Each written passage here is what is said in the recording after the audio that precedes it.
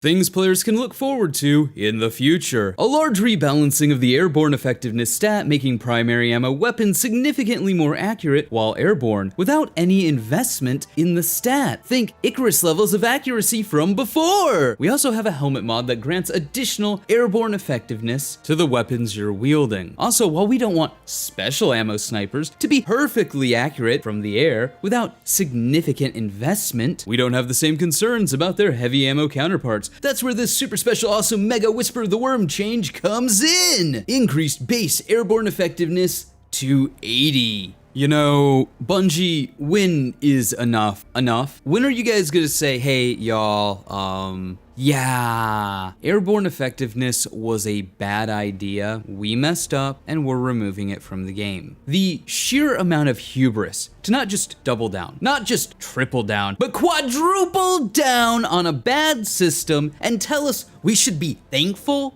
is truly awe-inspiring. People say I'm arrogant. Oh, no. I have nothing on the sheer hubris and ego of Bungie and the people that work there.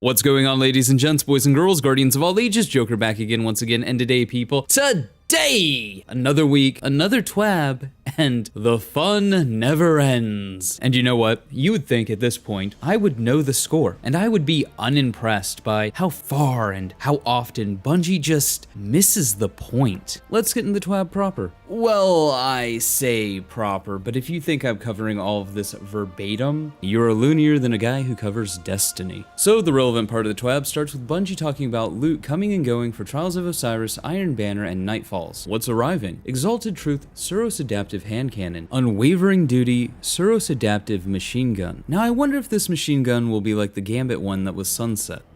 What's staying? Whistler's Whim, Bow, Forgiveness Sidearm, The Inquisitor Shotgun, Burden of Guilt Fusion Rifle. What's leaving?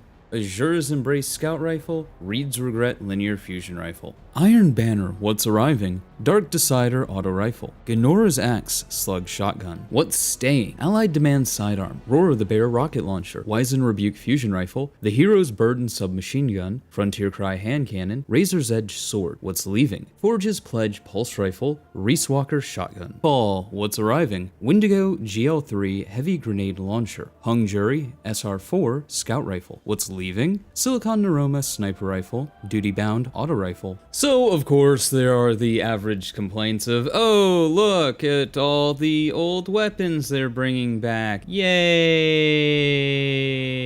Maybe, just maybe, Bungie has relied on the Destiny content vault a little too much. But like I said, I am being slightly unfair. After all, Trials of Osiris is getting a new Suros hand cannon. And I'm not trying to be a negative Nancy here, but does it matter? I mean, think about it. In a game where we have Austringer and Iasaluna and anything outside of a 140 is kinda sorta trash. If this hand cannon doesn't power creep the shit out of Austringer and Iasaluna, it doesn't matter. Then again, loot really doesn't matter outside of fashion, and I think if Destiny wants to innovate, it's not going to do it with the 300th 140 hand cannon. Loot, by and large, has become redundant, more so with weapon crafting. And you can be for weapon crafting, you can be against it, it doesn't matter. The point is, it has kinda sorta made loot redundant. At this point, Destiny loot often boils down to fashion over function, because you can use utter dogwater loot in 99.9% of the content in the game and you'll be just fine. What Destiny needs to do if it wants to truly evolve is move past this Halo with extra steps looter shooter mentality, because Destiny and Bungie in particular are never going to embrace the insanity of something like Borderlands. So what Destiny needs to do is embrace the creation of a living world, not just this hollow cardboard and drywall set piece thing. I don't need another hand cannon. What I need is cool things to do with the hand cannons that I already have. When people talk about Final Fantasy XIV, you don't really hear people talking about all the cool loot, even though the fashion game is insane. What people do talk about are the stories, the characters, what they do with the loot that they already have. The loot grind is not the point of the game, the loot grind is what you do between expansions. And I think Destiny is getting to the point, or has gotten to the point, has passed the point in fact, the loot grind has become pointless, so it needs to find something else. Bungie then goes on to talk about the changes that they've already made to special linear fusion rifles, which... and I could be mistaken, maybe they've fixed this since they've changed them. Didn't the changes make linear fusion rifles more oppressive, not less? They then talk about the global full auto retrofit coming in Season 19, and how they'd like to, sometime in Lightfall, bring that to a bunch of other things that require a lot of monotonous clicking. For example, glaives, swords, roaming super melees. Bungie then goes on to talk about the shotgun changes that are coming but won't be finished in Season 19. We're getting another kinda sorta half-baked project here. Yay! Minimally viable products! Can't wait for Bungie to be in charge of helping make 12 more by 2015 for Sony! Huzzah! Jokes aside, with shotguns, there's always been two rules. First, range, range, range, and more range. Oh, you think you found a perk that's cool? Wrong! More range. Maxed out the range? Okay, well, maybe you get to play with other things. But, if you have it, range, and you guessed it, more range. The second rule of shotguns are, shotguns are random!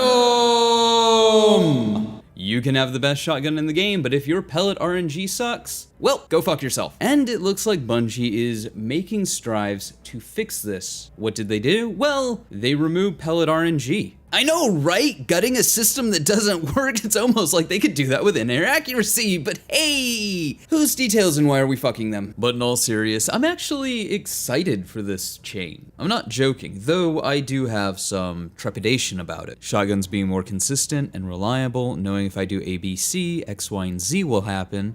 Great. But, and I feel like with Bungie, there's always a but. Why does this feel like a monkey's paw? Shotguns are more consistent. One finger closes. Because with the way that Destiny's network works, for all we know, RNG pellet spread was the only reason people could kill things with a shotgun. And I'm not very confident with the fact that Bungie's saying, hey, this is the 1.0 version of the system. There will be attunements and adjustments and different features coming out as the year goes on. Release it finished or don't release it at all. I'm kinda sick and tired of Destiny feeling like a perpetual beta test. With that little bit of praise and concern out of the way, I did consider covering all the changes one by one in monotonous detail, but I think that would be about the same as going blah blah blah blah blah blah blah blah blah blah blah blah blah blah. This is what I mean when I say these TWABs are full things that do not matter. Season 19 is about to come out tomorrow, and we know that there's some buffs and nerfs coming, and in all actuality, none of these buffs and nerfs matter. They don't. Weapons only really matter in two places: endgame PvE and PvP. I have seen nothing that inspires confidence that PvP is going to be a game mode anyone wants to play. So weapons doing whatever there doesn't matter. Endgame PvE, GM Nightfalls won't be back out for what, 2 months? A month and a half? Something like that? And you'll have to re-level your character, go through that power grind, and guess what? There will be a cavalcade of buffs and nerfs between now and then. So these do not matter. The only things here that matter are the change to blinding effects, bringing all the other blinding effects in line with the new ARC 3.0 blinding effects, you know, for photosensitive people, the changes to shotguns, and the fact that those changes won't be finished till Lightfall? Lightfall Season 2? Electra Boogaloo? And a cavalcade of enhanced perk changes, but all these changes do is widen the gap between crafted and non-crafted weapons. We are hours away at time of recording from Season 19. I know, this took me forever to get out, blah, blah, blah, blah, blah. And Bungie has yet to reveal much of anything. Oh yeah, there's changes that are gonna change in a couple of weeks. Okay, maybe a month. Maybe these will last a month as is, maybe 2. But, I mean, the meta always changes. Weapons always change. Perks always change. Gas, shock, horror, lightning crackle, lightning crackle, lightning crackle. That's not a reveal. That doesn't tell us anything about a season Bungie told us to pay for a year in advance, or we'd be charged more for the year, for digital content, for content that there's no limit for. It's not like there's some supply and demand thing going on here. Nope, it exists in perpetuity, at least until Bungie removes it from the game. So actually, the content should get cheaper because it diminishes in value. I mean, this season is nowhere near as valuable as Season of the Risen because it's not going to stay around as long. And Season 19 only stays around for a couple of months. And yet we have to pay premium if we don't buy everything up front sight unseen. Here's the thing, if Bungie had something for Season 19 other than reissued Seraph weapons or reissued Rasputin this, that, and the other, they had anything other than Horde Mode 3896, they would show it off. But they don't. So what they have to show off is these lists of changes. But hey, those are just my thoughts. Let me know yours in the comments below. Remember to like, but only if you did. Subscribe for more. Feel free to donate to my Patreon if you're feeling particularly generous. But above all else,